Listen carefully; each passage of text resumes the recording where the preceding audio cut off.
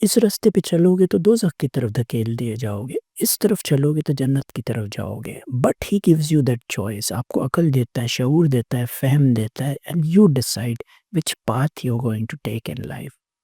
So you always have that choice. چناؤ آپ کا ہو گیا.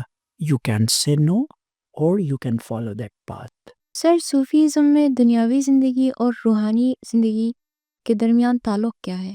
کیا یہ دونوں ایک ساتھ چل سکتے ہیں؟ ایک صوفی بننے کے لیے کیا لوگوں کو اپنے گھر والے چھوڑ دینے پڑتے ہیں؟ فار ایگزامپل ایک انسان جو اپنی ذمہ داریوں سے جڑا ہوا ہے، کیا وہ صوفیزم کا رستہ اختیار کر سکتا ہے؟ اچھا، یہ تھوڑا ڈیفیکلٹ ٹو آنسر ہے لیکن آئی ول ٹرائی. دیکھیں، نبی پاک صلی اللہ علیہ وسلم کا ہی میں ریفرنس لوں گا کہ 40 سال کی عمر میں آپ پہ وحی نازل ہوتی ہے پہلی دفعہ. اسلام ایز اے ورڈ آتا ہے، مسلمان ایز اے ورڈ آتا ہے. اس سے پہلے نبی کس نام سے پہچانے جاتے تھے؟ صادق اور امین. یہ دو ان کی خصوصیات تھی. یہاں تک کہ قریش جو ان کے اینٹی تھے، ان کو ڈس لائک کرتے تھے، وہ بھی اس بات پہ یکجا تھے، قائم تھے کہ یہ شخص ٹرسٹ وردی ہے اور یہ شخص امانت دار ہے. And that's how he was chosen by God for that pedestal جس پہ کہ ان کو آخری نبی چوز کیا. اچھا، تھوڑا سا اگر ہم پیچھے جائیں، again going back to stories, تو آدم علیہ السلام کو جب اللہ تعالیٰ نے چوز کیا، ان کو بنایا مٹی کا پتلا، تو اس وقت شیطان، فرشتوں، ملائکہ سب سے کہا کہ ان کو سجدہ کرو. تو ملائکہ نے منوان جیسا اللہ نے فرمایا مان لیا. شیطان اکڑ گیا. کیوں؟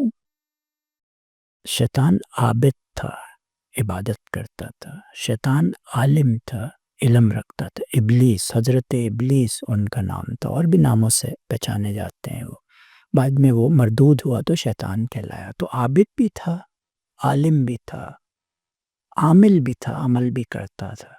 عاقل بھی تھا، عقل بھی رکھتا تھا. نہیں تھا تو ظالم.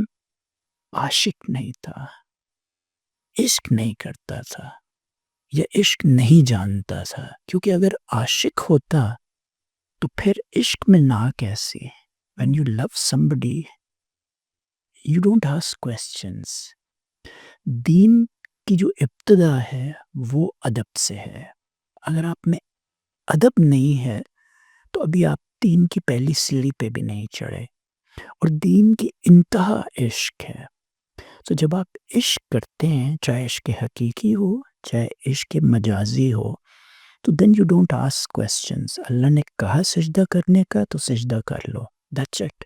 نو کویسچنز آسک. کیوں؟ اس کے پیچھے اگر آپ جائیں، اس کی ڈیپتھ میں جائیں، تو اللہ تعالیٰ نے اپنی روح قدسی پھونکی تھی حضرت آدم علیہ السلام کے جسم میں. روح قدسی سے کیا مراد؟ یہ توجہ درکار ہے، اس پہ سمجھنے کی ضرورت ہے کہ اپنی روح کا ایک حصہ حضرت آدم علیہ السلام کے اندر پھونک دیا.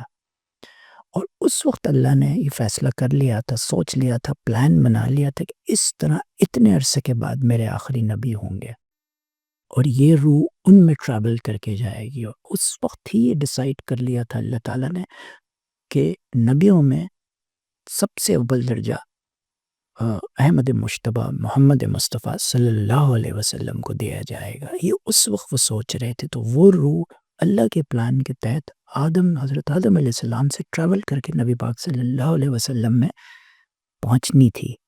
اور جو سجدہ کروایا جا رہا تھا وہ ان کو کروایا جا رہا تھا. اس وقت حضرت آدم وجود میں آئے تھے، اور ایکچولی جو سجدہ تھا وہ اس انسان کو، اس مٹی کے پتلے کو نہیں تھا، وہ تھا اپنے آپ کو ہی، کیونکہ اپنی روح آدم میں پھونکی جا رہے تھے. یہ فلسفہ تھوڑا سا ڈیفیکلٹ ٹو انڈرسٹینڈ ہے، difficult to absorb, difficult to digest ہے، but that was the game plan میری عقل ناقص کے مطابق. تو that is how it all started.